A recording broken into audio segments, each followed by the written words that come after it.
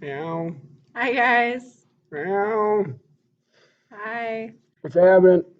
All right, so very, very, very early in the morning, we are making this video for you guys. It is on colonizing America. And when we say America, we mean like all the Americas: North America, Central America, South America. And yeah. We're talking America. All right. So what you have to realize, I'm going to switch ahead real quick, is that if you take a look at this map, when Spain and Columbus and everybody finds the New World, Spain is going to set up shop in this part of South America and Central America and North America. All right. So the red and yellow is them.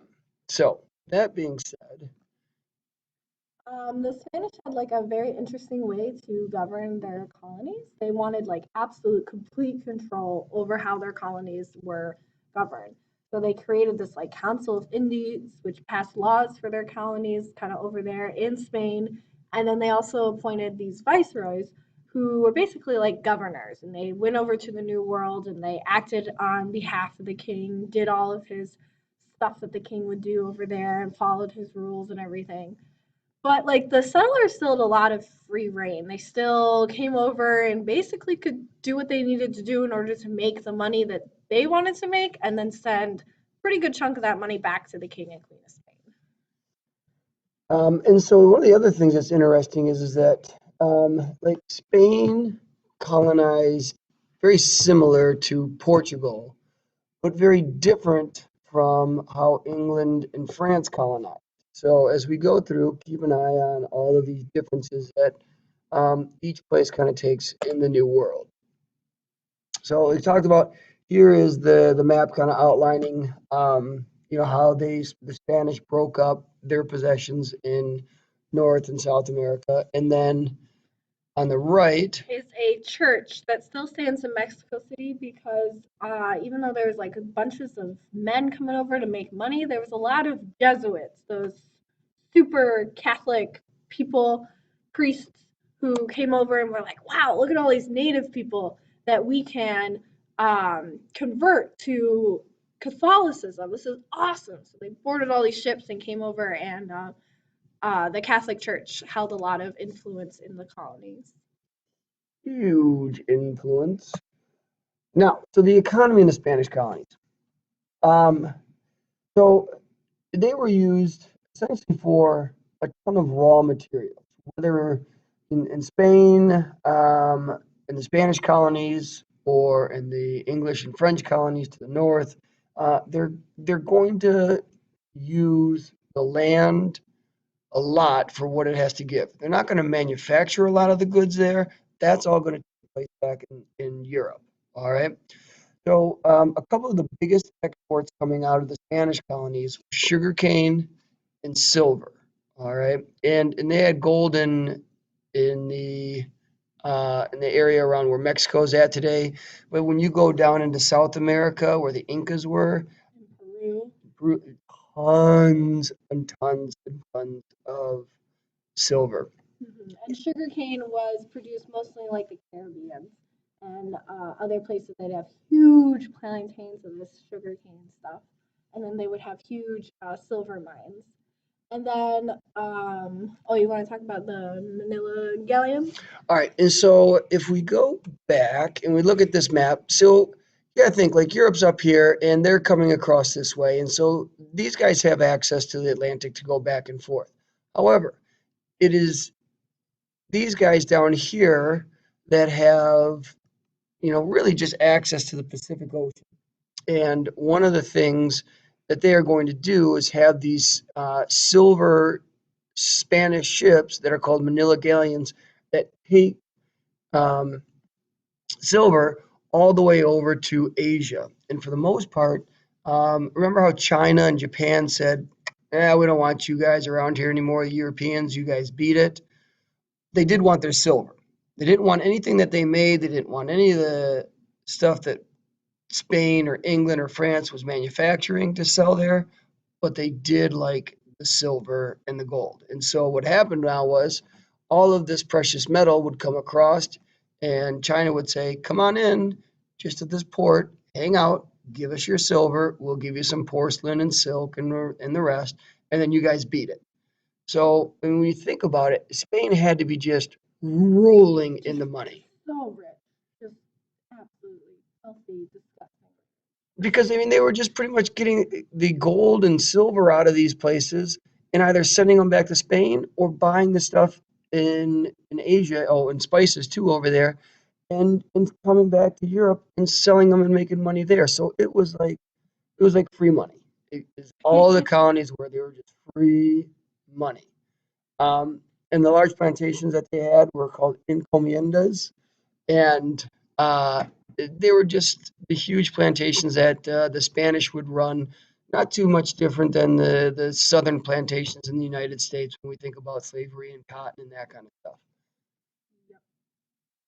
So here we have a picture on the like top left is what sugarcane looks like. And sugarcane is like the world's hardest crop to like get that sugar out of. It's not like you're just gonna pick up some sugar and have it in a bag. You have to like take stuff off of this plant and press it through a mill. So it was labor intensive. And then you got over there on the top right a silver mine, and silver mining was awful. Like, I mean, mining in general is terrible, but silver mining was just awful because you'd go down there and you'd actually have to use like mercury in order to extract the silver. So a lot of people got mercury poisoning. And then, of course, who's actually mining the silver? The natives and the enslaved Africans. So that really sucks for them. And then down there we have a conquistador, which are like the explorers and the conquerors from Spain. All right. So, kind of a difference between like native and slave labor in the Spanish colonies. So, at first, just natives were enslaved to perform all these labor tasks because the Spanish came over and they're like, wow, look at all these natives. We can totally use them to do our work for us. But those natives weren't really exposed to a lot of the European like diseases and contagions that they brought over. So, a lot of them died. And then they were also overworked. So natives were eventually not becoming a great source of labor. And then we got Bartolomeu de las Casas, and he's a priest who absolutely like hated the encomienda system, which is like the plantation system. He was like, "This is super mean to the natives. We like it. That's just awful that we're enslaving those natives.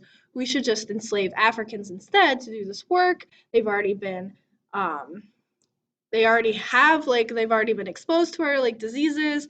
They have a better work ethic. Let's just do that." And then he actually pushed Spain in 1542 to kind of end the enslavement of natives and start bringing in a ton more enslaved Africans to do work instead.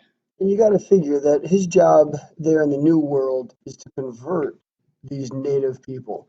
Well, native people are not going to dig on you very much if you are uh, it- forcing them to work, killing them, that kind of stuff. And so it makes sense that there were some, at least, Spanish people that were smart enough to sort that out. Now, this whole thing of how Spain colonized is going to create a really, really unique social class system. And so when Spain discovered the New World, they said, we're going to colonize it. Here's what we're going to do: send the guys over, we'll organize all this, we'll force them into the natives into doing our bidding, and we're going to make some money. It's going to be great. However, when you send nothing but men over to a new world and they pretty much have control over a population of people, there are some things that, like, like things that are going to happen. And Spanish men are going to mix with with a couple of the different groups of people that are there. And you're going to create new social classes. And these are very strict social classes as well. As we'll go through them, you can see that it's just dependent on who your parents were, is where you lie in this like social class scale. Like you can't really move up or down because it's just whoever your parents were, and you can't really change your parents. So And so the first class and the highest class, they were the Peninsulares, all right? And they were the people from Spain. And the reason why they're called Peninsulares is they're from the Iberian Peninsula. That's where Spain and Portugal is at in Europe. And the Peninsulares were people that were born in Spain. If you were born in Spain, you were the highest of the highest in the New World. The next were the Creoles. And those were, your parents were Peninsulares, but you were born in the New World. Complete Spanish blood, pure Spanish blood. And those two are at the top of the social classes. Third is the mestizos. And now those are mostly Native American women that were most likely forcibly raped and bore the children of the Spanish that were there. Uh, the fourth is the mulattoes, and those were the Africans who had children with the Spanish. And again, um, probably most likely against their will, unfortunately. And then finally, the natives and the Africans, their children at the very bottom of the scale were there. It's important to note, and kind of a funny thing is that one of the defining characteristics of people in these social classes was the ability to grow facial hair. Because if you think about most Native Americans in the New World, did not grow facial hair. You know, if you've ever seen a picture of a Native American like Sitting Bull or somebody like that, they may have long hair, but none of them have beards. And it's because they didn't grow facial hair. But when you see like Spanish, like conquistadors and all of that, they all have these thick beards. So what happens is that you can kind of show your social rank by how much European blood you have in you, by the amount of facial hair that you grow. You want to have more European blood. If you're a mulatto, you're a mestizo, you want to show that you're more European than you are Native American and African, because that will push you up the social ladder a little bit more. So if you can grow a pretty decent beard, they'll be like, oh, so you have some pretty good European ancestry there. We'll be good to you. So sometimes you'll see like real thin mustaches and stuff, and you're like, that does not look good on that person. Why? What were they thinking when they grew that? They were trying to show that they were as much European blood in them, that they were up in the social scale as anybody. So, All right. go for it. Yeah, so just a little quick slide on kind of like the colonial culture of those Spanish colonies. Mostly cities, they expanded rapidly because that's where the majority of new settlers were coming. I mean, think about it. If you're going to a new world, would you like to go live in a shack in the middle of nowhere or kind of live in a nice city where there's a lot of people around? Obviously, the city.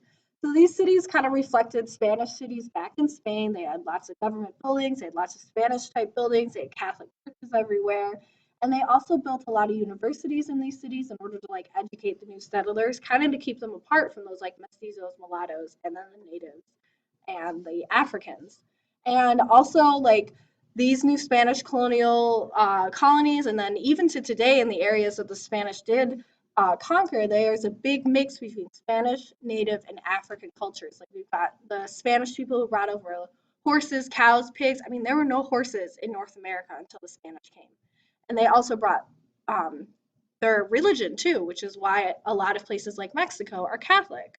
And then the natives introduced stuff like corn and chocolate and sugar to the Spanish and to Europe. And then the Africans brought their food and music over as well. So just a quick slide with a nice Spanish horse. That's a university actually built during that time. And then that's okra down there at the bottom. It is an African like vegetable. I heard it's not very good. Yeah, I think you have to do a lot to it to make it good. Yeah. But I think it's hearty. Hardy, right. The Portuguese in Brazil. So if we take a look, Brazil is over here on this side. And so we know Spain was coming down this side and up through here. Portugal got into this area where Brazil's at.